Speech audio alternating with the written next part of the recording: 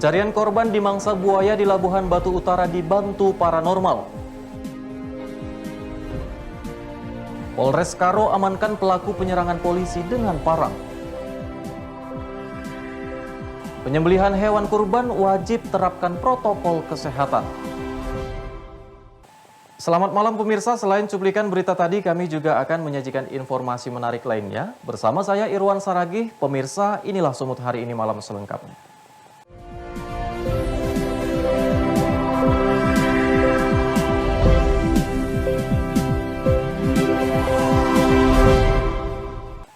Kita ke informasi pertama, pemirsa. Proses pencarian korban hilang di mangsa buaya melibatkan jasa paranormal. Namun pada hari keempat pencarian, korban belum juga dapat ditemukan.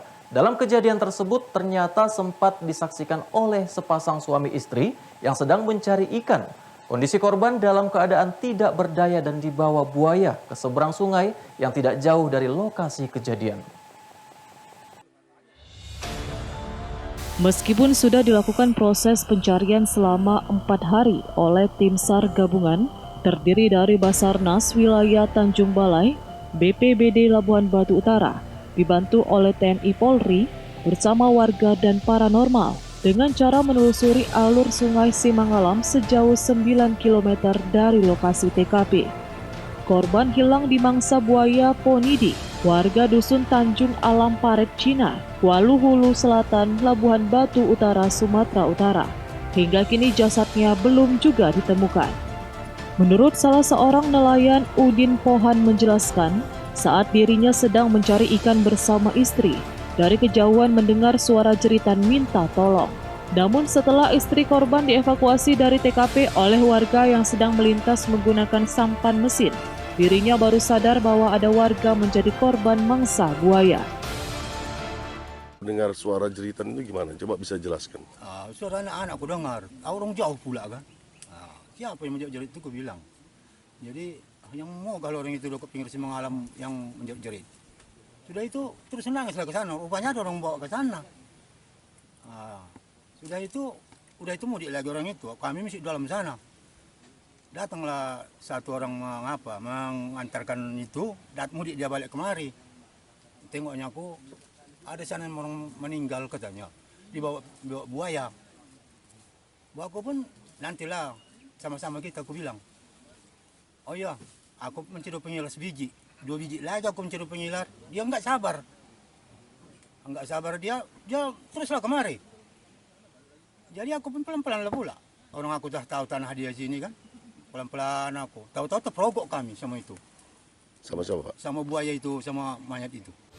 Setelah sempat viral petani hilang di mangsa buaya, terlihat warga ramai mendatangi lokasi.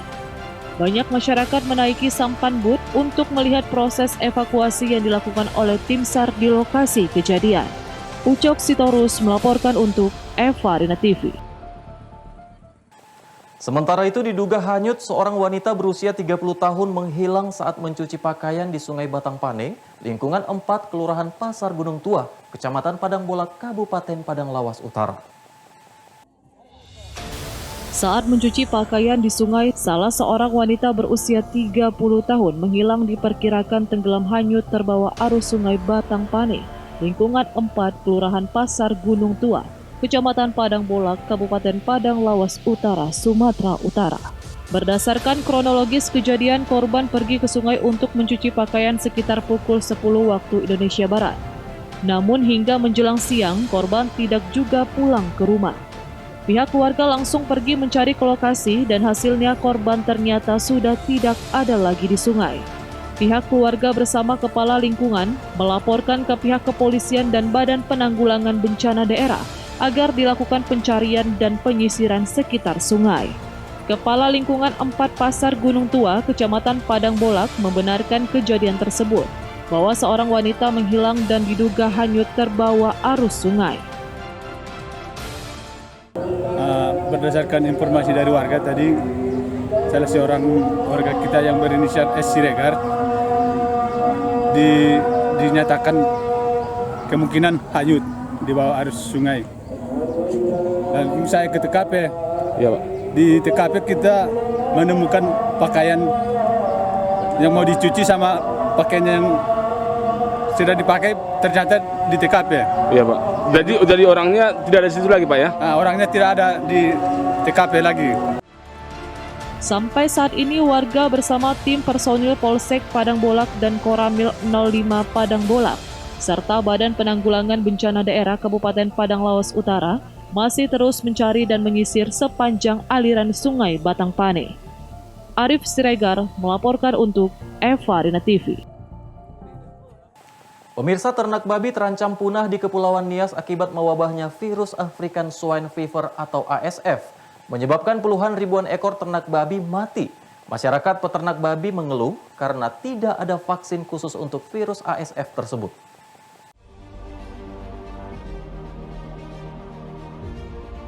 Beternak babi merupakan salah satu mata pencarian masyarakat untuk menunjang ekonomi selama ini. Di samping itu, babi juga sebagai makanan khas di Kepulauan Nias khususnya di acara pesta adat.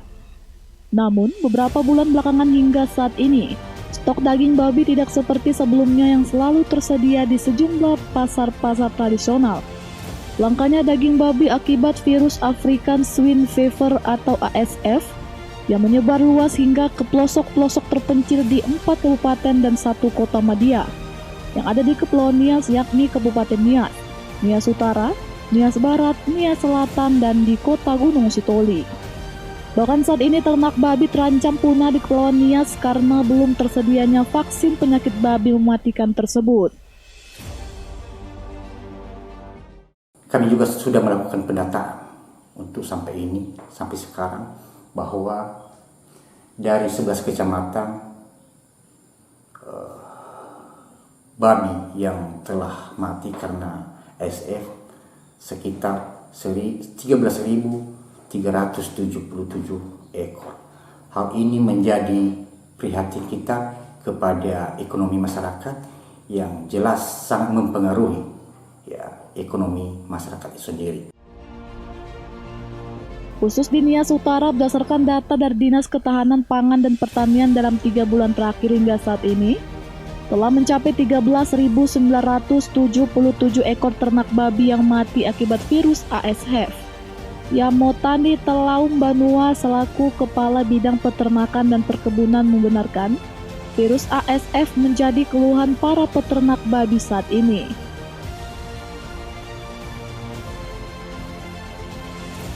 Augomano Zega melaporkan untuk Eva Rina TV. Sumut hari ini masih akan kembali sesaat lagi, tetaplah bersama kami.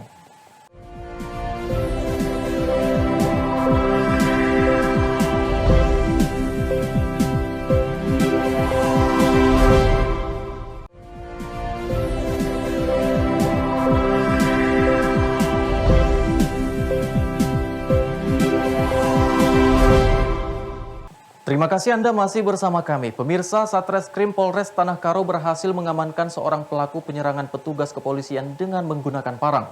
Saat ditangkap, pelaku sempat menghalangi petugas yang hendak menangkap pelaku kepemilikan senjata api rakitan.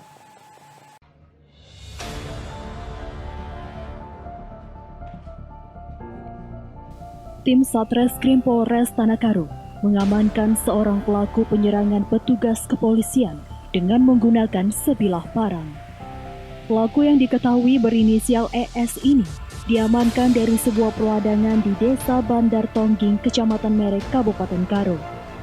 Berdasarkan pemeriksaan di kepolisian, penangkapan pelaku berawal adanya informasi bahwa ada seseorang yang memiliki senjata api jenis rakitan. Kemudian petugas menemukan orang tersebut di sebuah perladangan. Namun saat petugas hendak menangkap orang tersebut, pelaku mencoba menghalangi petugas dan menyerang petugas dengan menggunakan parang. Akibatnya orang yang menjadi target operasi berhasil kabur. Menurut Kasat Reskrim Polres Tanah Karo, target operasi yang memiliki senjata api jenis rakitan ini diduga pernah menyewakan senjatanya untuk para pelaku tindak kejahatan. Kita ada melakukan pengamanan terhadap Edi Sarwono, di mana sesuai informasi kita dapat bahwa di salah satu kebun milik Marga Ginting ada penjaga ladang membawa senjata api rakitan. Jadi awal dari informasi tersebut kita tindak lanjuti, kita lakukan pengamanan terhadap 2 orang, di mana pada waktu itu ada membawa narkoba. Dari kedua orang tersebut kita kembangkan, kita pada waktu melakukan pengembangan dihadang oleh Edi Sarwono dengan menggunakan sebilah parang sepanjang 60 cm. Untuk mempertanggungjawabkan perbuatannya, pelaku beserta barang bukti saat ini diamankan di Satreskrim Polres Karo dan terancam pasal 335 KUH Pidana tentang pengancaman dengan kekerasan. Chandra Bukit melaporkan untuk Eva Runa TV. Sementara itu pemirsa, Bareskrim Mabes Polri menemukan seratusan kasus penyelewengan dana bantuan sosial bagi masyarakat terdampak COVID-19 di Indonesia. Kasus terbanyak terjadi di Sumatera Utara dengan total 38 kasus.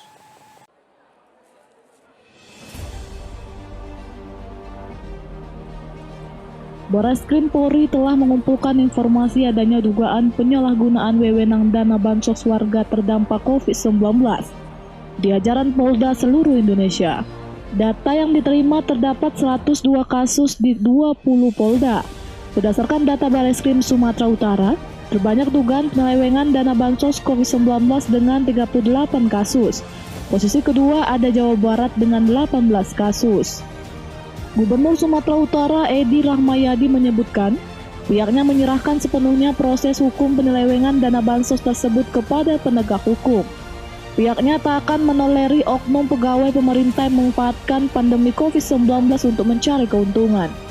Pemprov Sumatera Utara juga saat ini tengah fokus untuk menyalurkan dana bansos ke sektor-sektor produktif. Untuk bansos yang saat ini masuk persoalan Sumatera Utara yang disampaikan yang tertinggi, nanti biar ditangani oleh pihak hukum. Pastinya negara kita negara hukum. Yang berbuat salah harus bertanggung jawab dengan hukum. Dugaan kasus penyelewengan dana bansos ini sendiri masih dalam tahap penyelidikan dan penyidikan Direktorat Kriminal Khusus Polda Sumatera Utara. Sejumlah orang telah diperiksa, termasuk pelaku kerusuhan di Kabupaten Mandaling Natal yang diduga dipicu oleh pembagian dana bansos yang tidak adil.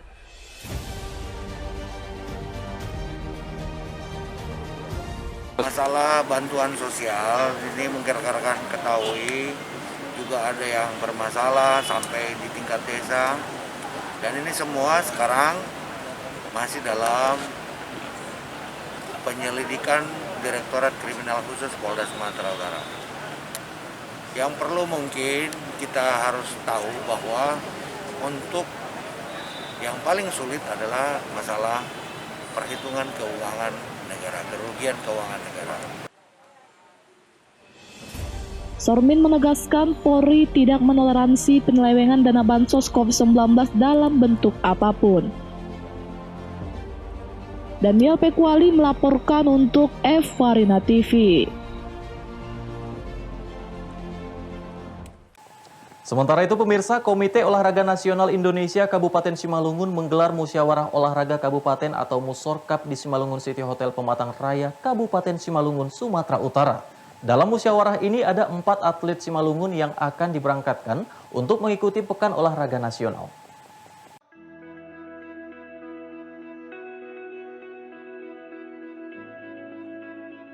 Bertempat di Aula T. Johan Garingging Simalungun City Hotel Pematang Raya Kabupaten Simalungun, Sumatera Utara, musyawarah olahraga kabupaten atau Musorkap berjalan dengan lancar. Pelaksanaan musyawarah olahraga kabupaten ini digelar setelah adanya surat dari pengurus KONI Pusat. Kegiatan ini digelar dengan menerapkan protokol kesehatan COVID-19.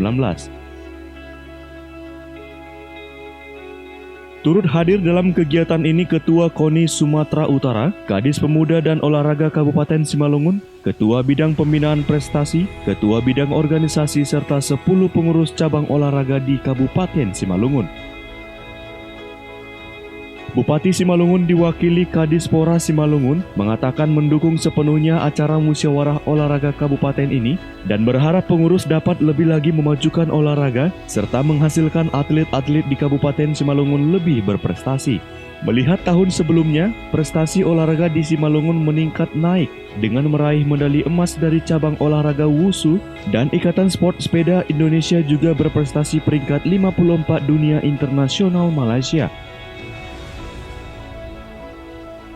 Untuk saat ini, ada 4 atlet Simalungun yang berangkat mengikuti Pekan Olahraga Nasional, yaitu atlet sepeda dan Wushu. Saihorasman Saragi yang terpilih sebagai Ketua KONI Kabupaten Simalungun periode 2020-2024 mengatakan program ke depan akan memperbaiki cabang-cabang olahraga agar bisa berkolaborasi dengan pemerintah daerah supaya dapat meningkatkan prestasi atlet-atlet di tingkat nasional maupun di internasional.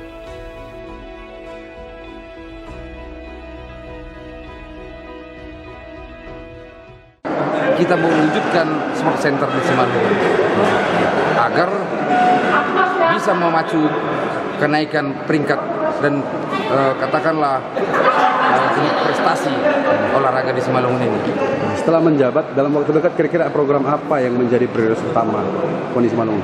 Yang menjadi prioritas nanti setelah kita memilih pengurus-pengurusnya, kita akan perbaiki semua cabang-cabang olahraga ini. Jadi cabang-cabang olahraga ini tidak boleh lagi mandul, tidak boleh lagi diam, stuck dia, berhenti. Ada beberapa cabang olahraga yang tidak ada kegiatan sama sekali. Untuk apa dia ada cabang olahraga tetapi prestasi tidak ada, atlet tidak ada. Nanti di satu saat menjadi beban bagi kita. Yang penting kita perbaiki dulu semua cabang-cabang olahraga ini supaya bisa berkolaborasi nanti dengan pemerintah, supaya bisa kita wujudkan cita-cita kita untuk meningkatkan peringkat Simalungun ini di olahraga di event Porprov nanti.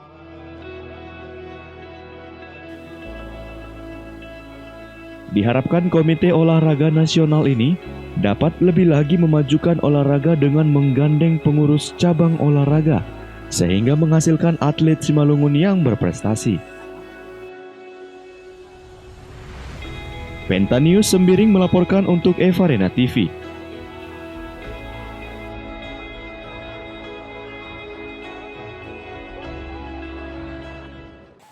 Semut hari ini masih akan kembali sesaat lagi, tetaplah bersama kami.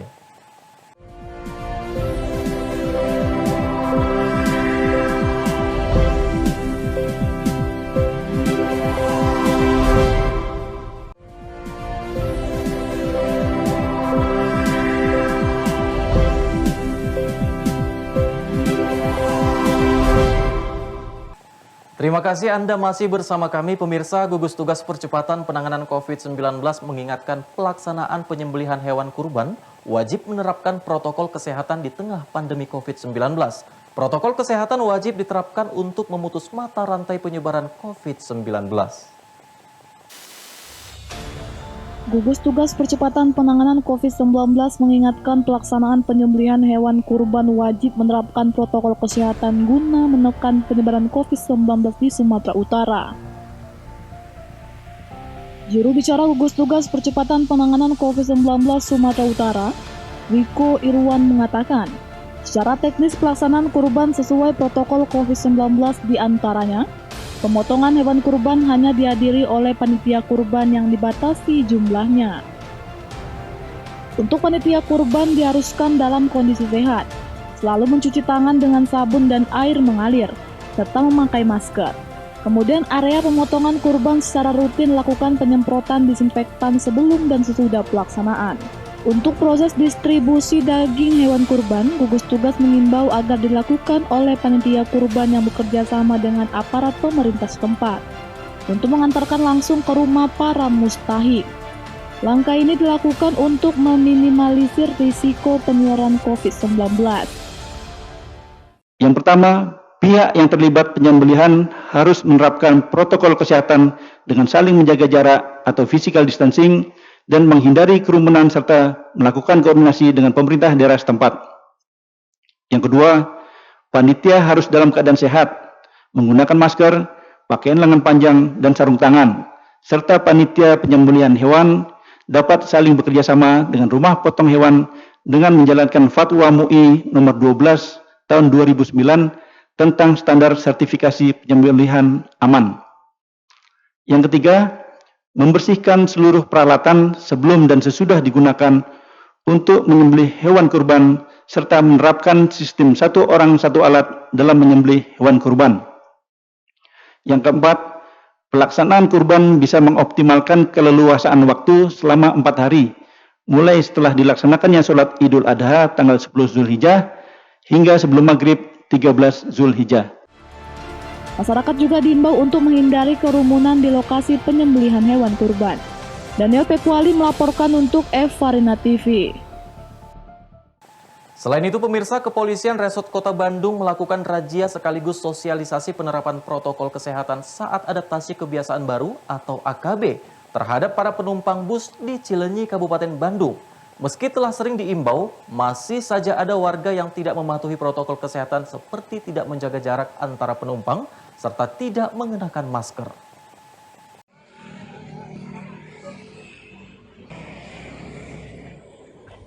Arus lalu lintas di jalur selatan Jawa Barat mulai terpantau ramai 1 hari jelang Hari Raya Idul Adha. Selain kendaraan pribadi, arus lalu lintas didominasi kendaraan roda 2 dan bus penumpang antar kota antar provinsi atau AKAP maupun antar kota dalam provinsi AKDP. Kondisi ini dimanfaatkan jajaran Polresta Bandung untuk melakukan razia sekaligus sosialisasi mengenai penerapan protokol kesehatan di masa adaptasi kebiasaan baru atau AKB kepada calon penumpang maupun pengguna jalan. Meski telah sering diimbau, masih saja ada warga yang tidak mematuhi protokol kesehatan seperti tidak menjaga jarak antar penumpang maupun tidak mengenakan masker. Penumpang yang kedapatan melakukan pelanggaran selanjutnya dikenai sanksi berupa teguran lisan, kemudian diberikan masker secara gratis. Banyak yang mereka beranggapan dengan keluarganya bisa berdekatan dan lain sebagainya. Namun ini adalah protokol yang harus dilaksanakan dan wajib dilaksanakan. Artinya duduknya satu orang satu baris itu, tidak boleh berdua berdekatan, harus ada jaga jarak. Kemudian masuk harus menggunakan hand sanitizer atau mencuci tangan terlebih dahulu, dan yang paling penting adalah menggunakan wajib pakai masker. Kepolisian Resort Kota Bandung telah menyiagakan 3 posko pemantau di sepanjang jalur selatan. Selain untuk mengantisipasi kepadatan kendaraan, posko tersebut juga dijadikan sebagai lokasi sosialisasi mengenai penerapan protokol kesehatan. Dari Kabupaten Bandung, Jawa Barat, Mardian Syal Afghani, Kantor Berita Antara mewartakan. Pemirsa, demikianlah rangkaian informasi dalam Sumut hari ini malam ini. Saya Irwan Saragih mewakili kerabat kerja yang bertugas pamit undur diri dari hadapan Anda. Terima kasih atas kebersamaannya dan sampai jumpa.